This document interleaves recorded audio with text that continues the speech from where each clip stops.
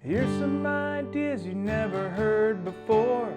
Some business secret weapons that we have in store. It's Laura Hodgson, NowCorp CEO, with some action ideas to help your company grow. Hi, I'm Laura Hodgson, President and CEO of NowCorp, and welcome to the Secret Weapons for Success podcast. I'm here with my friend Sarah Rettker from the Georgia Chamber, and we're talking about some of the challenges that small businesses face.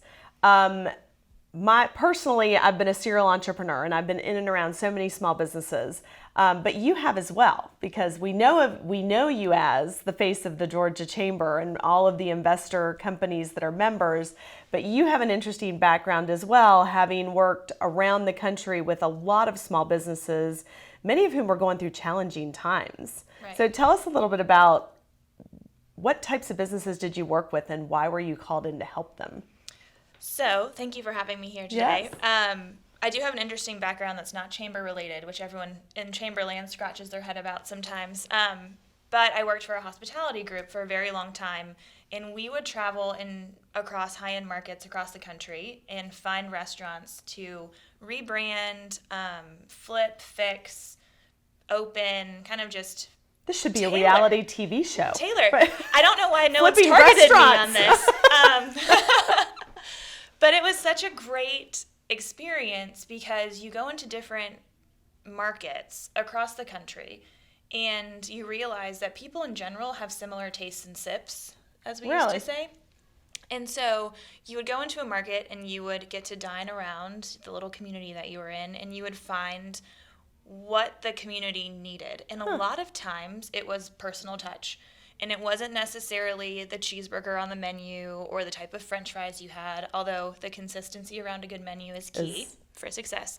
But a lot of the times it was around staff training and kind of revitalizing the energy within the service industry, where from 2010 to 2016 shifted because a lot of people were more inclined to use their phone and they didn't want to talk to people as much.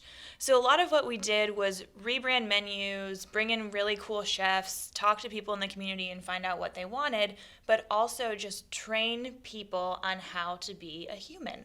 That's true. With all this technology, people want more human touch, not less. Right. Where's the paradox in that?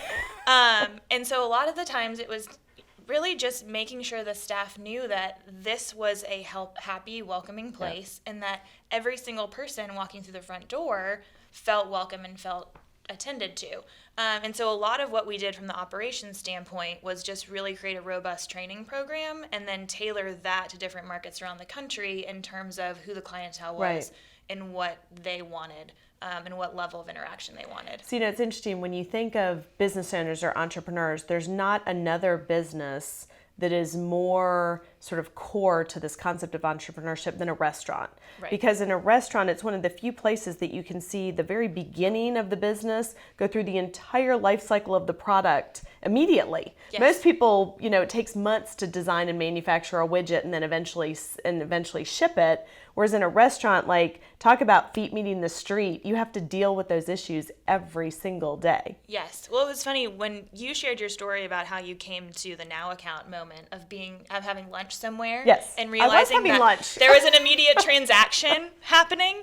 And I was like, yes, Laura, that's right. That's right. There was an immediate transaction happening, and that was instant business. And you knew at the close of business every day how you did. You get paid. You do. You have an immediate metric. And so it's interesting using, that skill set and helping to grow your operations, but also applying that to the business industry that I engage with every day now, and helping business leaders really navigate that it's not necessarily a distinct advantage for having a certain product or using a certain type of plastic. I think restaurants must be the source of all entrepreneurship because we all talk about the idea of being on the napkin.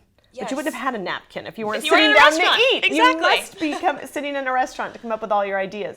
When you were describing the real need of sort of service, which ironically it is called the service industry, and that's really where you can move the needle. I read a report not too long ago where if you measured a person's happiness on any given day, their happiness meter is exponentially higher based on the number of people they interact with that day. Correct. So it's not just about, well, I've got this like lifelong best friend that I spent an hour on the phone with. It's how many people did you even say hello to? And so when you think about that, it really drives home why, if you're in the service industry and you have the chance to touch customers, not physically, but like have an interaction with them, why you should try to do that as much as possible, not as little as possible. Exactly. And it's something that in our community right now, it's a struggle between what does that look like in the business industry, especially as we see more and more startup growth and entrepreneurship on IT platforms. Yep. And so what does that look like in our world, and how will that evolve in the customer experience world? And how will we evolve as people in terms of cocooning over our cell phones? Or wanting to have a human interaction, or just making eye contact with people when you see them. So I heard someone one time say, your network is greater than your net worth.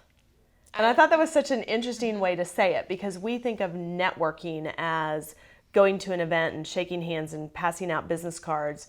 But you're right, this world that we live in today, networking is probably more integrated in our day-to-day conversations rather than I'm going to a networking event, right? Right. And so how do we do that when we've got technology which we want to utilize for increased reach, better efficiency, but if the reach doesn't actually have a meaningful impact in connecting people, you may have lost your value there. Yeah, I couldn't agree more. There's that personal touch that everyone yearns for, whether you think you do or not. Right. But the second you smile at a stranger and they smile back, like, how warm is that? Right. And so how do you bottle that up and put that into business operations and business growth? Well, I think you need a business plan and you write it on a napkin, exactly. right? While you're at a restaurant. So anyway, but it was a good transition. But such a great lesson, as you mentioned. I'm sure people scratch their head and say, wait, she came from flipping restaurants and now she's at the chamber. But every business can benefit from learning what you learned in the restaurant industry. And most of us don't step back and say, well, wait, I'm a marketing firm, or I'm a law firm, or I'm a manufacturer of widgets. I have nothing in common with restaurants. You do have something in common, which is you have customers. Right. And you may not see them every day, but if you can spend that extra effort to interact with them more, you can create value that gives you that edge, that competitive edge, because none of your competitors are doing it either. Exactly.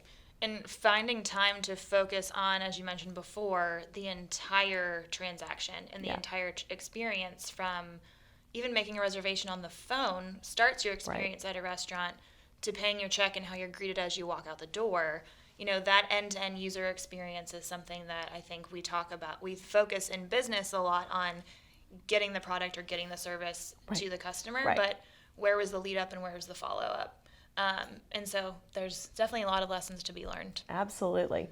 So our secret weapon lesson for today is to think about that end-to-end touch with a customer from the time they're a prospect to the time you deliver, and could you engage with them more rather than less, and would that create more value for your company? Exactly. I think it would. Thank you so much for joining us Thank today, you. and we hope you'll join us next time on Secret Weapons for Success. Thank you for joining us today. For more Secret Weapons podcasts, please join us at nowcorp.com.